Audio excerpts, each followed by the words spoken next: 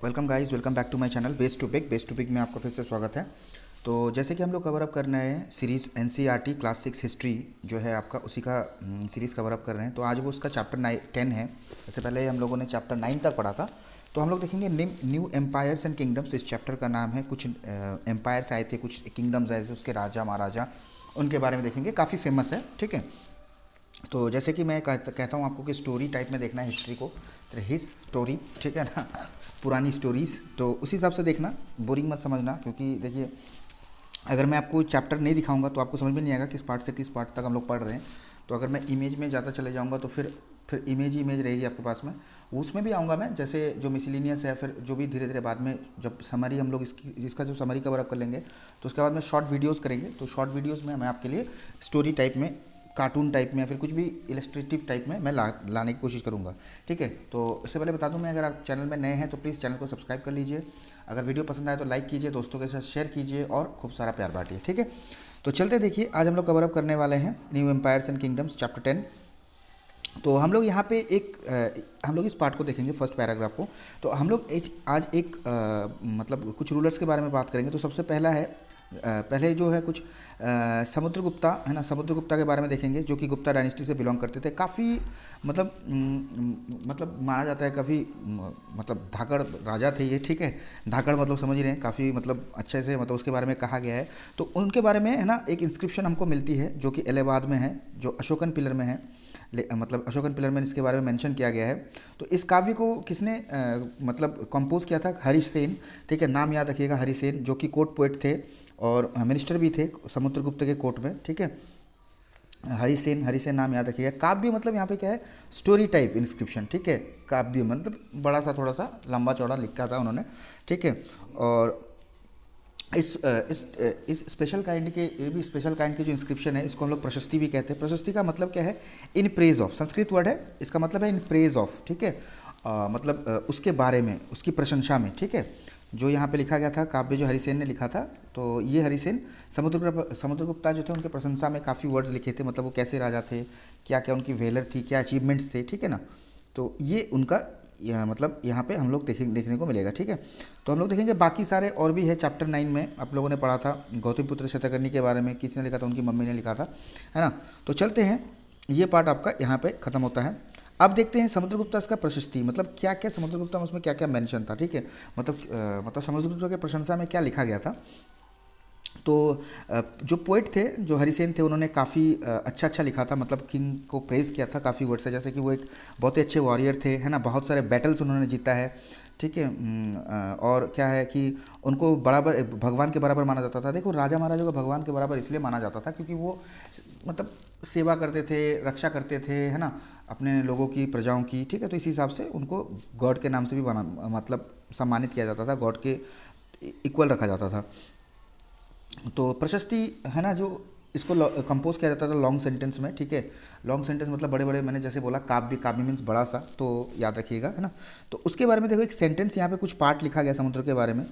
Whose body was most charming, being covered with the plenteous beauty of the marks of hundreds of scars caused by battle axes, arrows, spikes, spears, barbed darts, swords, iron clubs, javelins, barbed arrows, long arrows and many other weapons। तो वहाँ पे देखो उनकी body में काफ़ी ये जो weapons हैं, वेपन्स के कुछ वेपन्स के नाम यहाँ पे मेंशंस हैं। तो ये वेपन से उन्होंने बहुत ही, उनके बॉडी में मार्क्स आ चुके थे, मतलब काफ़ी, मतलब इससे समझा जाता है कि वो काफ़ी वॉर में गए थे, काफ़ी वॉर को उन्होंने जीता था। तो वो यहाँ पे जो उन्होंने उनकी अचीवमेंट है, वहाँ पे ये मतलब नुकसान नहीं, यहाँ पे मतलब एक ग्लोरियस चीज़ बताया गया कि कितना चार्मिंग लग रहा है। मतलब जख्मों को भी इन्होंने इतना अच्छे से बताया है कि लगता है कि हाँ भाई, सच में एक बहुत बड़े वॉरियर हैं, रह चुके हैं, है ना। इसकी हेडिंग भी आप देख सकते हैं, समुद्रगुप्ता दो वॉरियर। तो इससे पता चलता है कि जिस तरह से मेंशन किया है उनको ना, कि उनके जो घाव को भी उन्होंने बहुत अच्छे बढ़ चढ़ कर दिखाया है, ताकि इससे हमको मालूम चले कि हाँ, समुद्रगुप्ता जो थे काफ़ी बड़े वॉरियर रह चुके हैं, ठीक है। तो चलते हैं आगे, देखिए, चलिए, ठीक है। अब जैसे कि बताया गया कि अगर आप मैप 7 में देखते हैं तो काफ़ी सारे एरिया दिखेंगे आपको, देखेंगे कि करके। तो हम लोग यहाँ पे रेड डॉट्स मिलेंगे, ब्लू डॉट्स मिलेंगे, तो अलग अलग चीज़ अलग अलग देखेंगे। तो जैसे यहाँ पे दो इमेजेस दिख रहा है, एक इमेजेस यहाँ पे देखो कॉइन्स के, एक इमेजेस आपका ये है, एक इमेज आपका ये है। तो यहाँ पे है the king who played the veena some other qualities of Samudragupta are shown, मतलब जैसे समझ लो, देखो यहाँ पे जो समुद्रगुप्ता की कुछ क्वालिटीज़ दिखाई गई कि देखो वो बीना बजा रहे हैं, ठीक है। तो यहाँ पे देख सकते हो वीणा बजा रहे हैं, या फिर दूसरा एक यहाँ पे एक पोज दिया है। तो मतलब समझ लो, मान के चलो समुद्रगुप्ता की जो क्वालिटीज़ हैं, दूसरी qualities out of means war को छोड़ के भी दूसरी क्वालिटीज़ यहाँ पे कॉइन्स में शो की गई है, ठीक है। अभी देखते हैं कुछ प्रशस्ति में कुछ इंफॉर्मेशन दिया गया था प्रशस्ति में, ठीक है। मैप के ऊपर में जो नीचे एक मैप देखने को मिलेगा हमको, यहाँ पे एक मैप है। तो इस मैप के बारे में हम लोग बाद में देखेंगे, पहले देख लेते हैं एक बार, ये 1 बाय 1 पॉइंट देखेंगे कि हरिसेन ने मतलब जो जहाँ जहाँ समुद्रगुप्ता ने कैप्चर किया और क्या क्या पॉलिसीज़ वहाँ पे इम्प्लीमेंट की, उसी के बारे में यहाँ पे प्रशस्ति में मेंशन किया गया था हरिसेन के द्वारा। कुछ डिफरेंट रूलर्स के बारे में लिखा गया। देखिए फर्स्ट है द रूलर्स ऑफ आर्यवर्ता, ठीक है। Aryavarta, the area shaded in green on the map, here there were 9 rulers who were uprooted and their kingdoms were made a part of समुद्रगुप्ता's empire। तो यहाँ पे देखो आर्यवर्त जो एरिया है, यहाँ पे 9 रूलर्स थे, सॉरी एक मिनट, हाँ देखो यहाँ पे जो आर्यवर्त जो ग्रीन कलर का एरिया दिख रहा है, यहाँ पे इंडेक्स में देख सकते हैं जो ग्रीन कलर का आर्यवर्त यहाँ पे मेंशन है, ठीक है। ये देखिए एक मिनट, ठीक है, जस्ट ए मिनट, हाँ जी, हाँ। तो देखिए यहाँ पे जो ये आर्यवर्त है, आर्यवर्त का जो एरिया है, देखिए यहाँ से यहाँ तक है, ठीक है। आर्यवर्त का एरिया जो है, तो ये आपका आर्यवर्त का एरिया है, यहाँ पे देख सकते हैं। तो यहाँ पे 9 रूलर्स थे, ठीक है। तो 9 रूलर्स को उन्होंने हटा दिया था, खदेड़ दिया था और इस जगह को कैप्चर कर लिया था, ठीक है। फर्स्ट पॉइंट यहाँ पे क्लियर आउट होती है। सेकंड पॉइंट है रूलर्स ऑफ दक्षिण पथ। रूलर्स ऑफ दक्षिण पथ पता ही आपको कौन थे, इससे पहले चैप्टर में लोगों ने पढ़ा था, तो आप लोग फाइंड आउट कीजिएगा इसको, ठीक है। अगर आपको नहीं पता है तो आप प्लेलिस्ट में जाके चेक कर सकते हैं, चैप्टर 9 जो है उसमें मिल जाएगा आपको। तो हेयर देयर वर 12 रूलर्स, यहाँ पे 12 रूलर थे, हाँ, जिसके कैपिटल रेड डॉट से मार्क्ड हुए हैं। इन्होंने समुद्रगुप्ता को अपने आप को सौंप दिया, सरेंडर कर दिया, ठीक है, जैसे वो हार गए, ठीक है। तो उसके बाद समुद्रगुप्ता ने इन्हें दोबारा रूल करने के लिए बोला, ठीक है चलो आप हार गए, हार स्वीकार कर ली, तो इसका मतलब मेरे छत्र छाया में हो, अब तुम लोग मेरे हिसाब से रूल करोगे, करो। पर रूल करने दिया था इनको, है ना। तो यहाँ पे देख सकते हैं दक्षिण पथ में टोटल 12 रूलर्स थे। तो यहाँ पे हम लोग देख सकते हैं, चलते हैं मैप में देखेंगे, रेड डॉट्स है ना, दक्षिण पथ देख सकते हैं ना, यहाँ पे देखो नीचे में दिया गया है, ठीक है, रेड डॉट्स, इसको भी कैप्चर कर दिया गया था, ठीक है। देखो तो एक मिनट अच्छे से देख लो एक बार, और बाकी बुक में देख लेना, पता चल जाएगा। ये देखो ये पार्ट, ठीक है, ये रेड डॉट है ना। चलिए थर्ड पार्ट में हम कहा गया है कि यहाँ पे the inner circle of neighbouring states including Assam, coastal Bengal, Nepal and a number of गण संघर्ष के बारे में चैप्टर 5 में है, इसको देख सकते हैं आप लोग, प्लेलिस्ट में जाके चेक कर लीजिएगा चैप्टर 5 का, ठीक है। उसमें मिल जाएगा गण संघर्ष क्या है, ठीक है। तो in the north west marked in purple on the map, they brought tribute, followed his orders and attended his court. तो क्या था ये जो यहाँ के जो लोग थे, है ना, तो देखते इनर सर्कल देख लेंगे हम लोग। यहाँ पे इनर सर्कल के बारे में देखो, यहाँ पे इनर स्टेट देख रहे हो, पिंक कलर में इंडेक्स में बताया गया है।